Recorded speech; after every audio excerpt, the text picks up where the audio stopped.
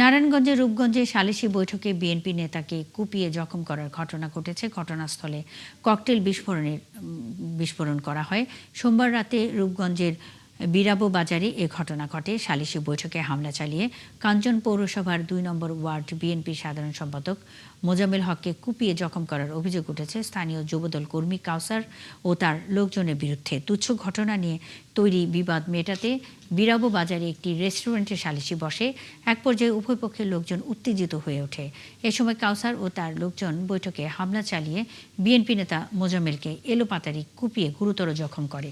এ সময় এলাকায় আতঙ্ক সৃষ্টি করতে বেশ কয়েকটি ককটেল বিস্ফোরণ ঘটায় তারা।